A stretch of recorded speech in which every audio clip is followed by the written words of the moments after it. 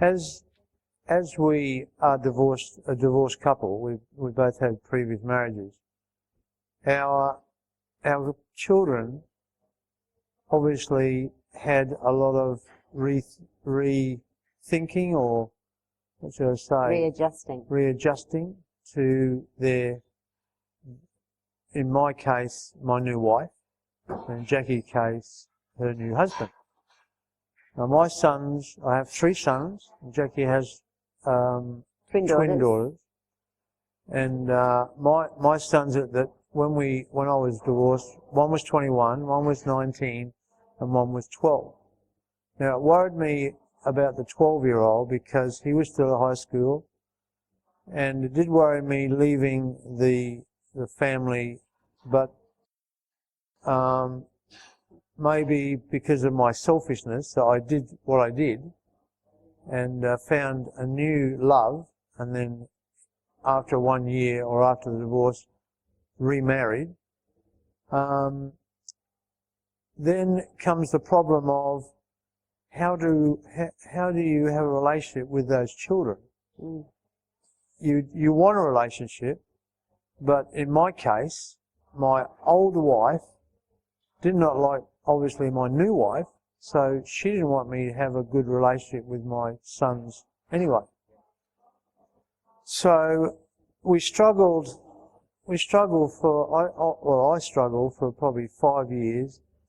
I used to once a week go and see my youngest son and take him to cricket or whatever sport he was doing at that stage.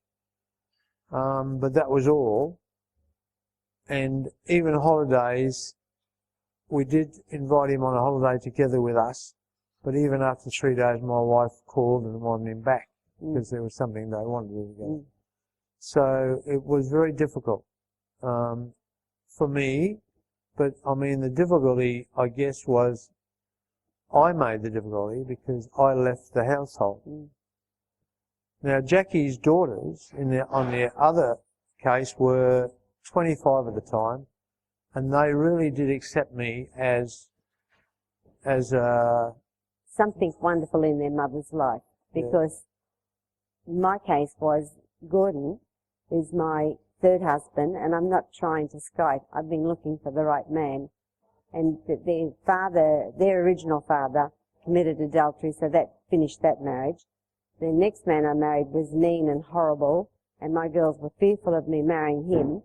But then when I married Gordon, and they could see what a really lovely, steadfast man he was, and the kindness that he had, they married him with me. They just thought he was lovely. So we had a situation where my girls just thought Gordon was wonderful and trusting and kind, and we had a situation whereby I wanted to be nice to Gordon's sons, but they didn't really want to know me because I was the other woman.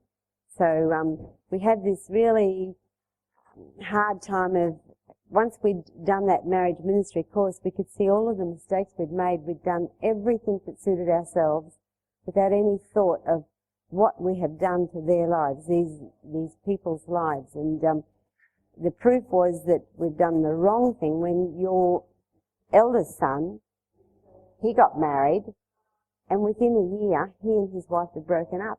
And this would have been because we've planted the wrong seed.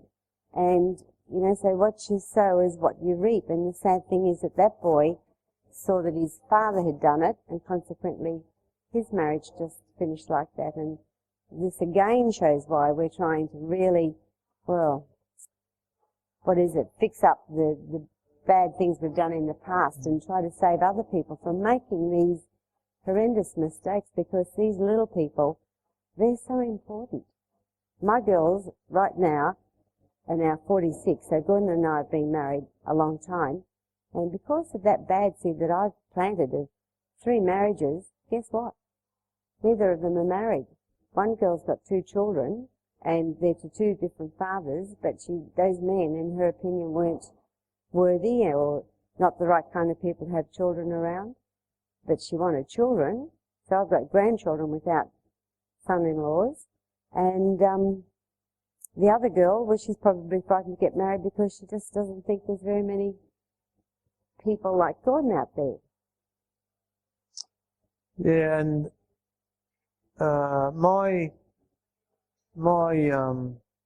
my sons eventually accepted Jackie, and now we're a harmonious family, double sort of family, and my sister, middle son, got married probably 10 years after we got married, and at that wedding where my former wife was, I sought her out during the wedding feast and really had a long talk to her, and she forgave me. I mean, it was really my fault. It was completely my selfishness that ended that marriage, but she forgave me, and with that a load was lifted off my heart.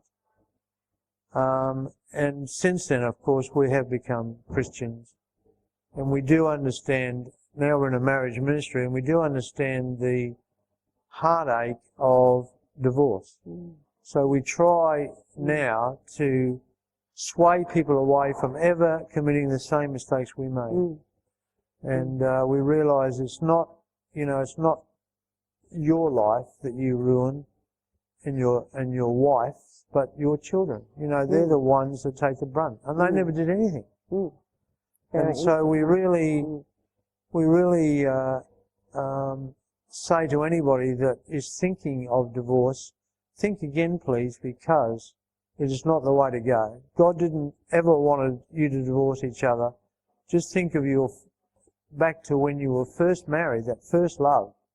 You need really to rekindle that, and it's there. That's the same man or woman you married 5 years ago, 10, 20, 40 years ago.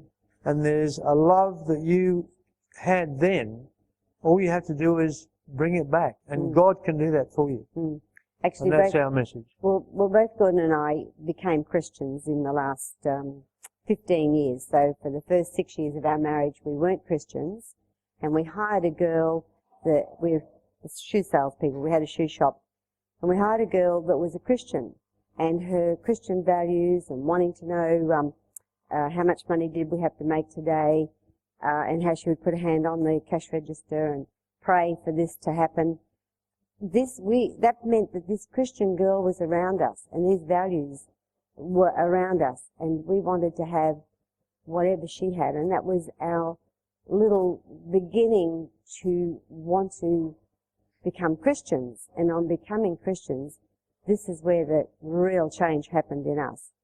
We stopped being selfish and self-centered, and we saw that we've done it all our way, and we've made a mess of it, and now let's try God's way. And isn't that terrible? As a last resort, you do the thing you should have been doing first. But really, this man and I are glued together by God, and I just thank this whole ministry for that.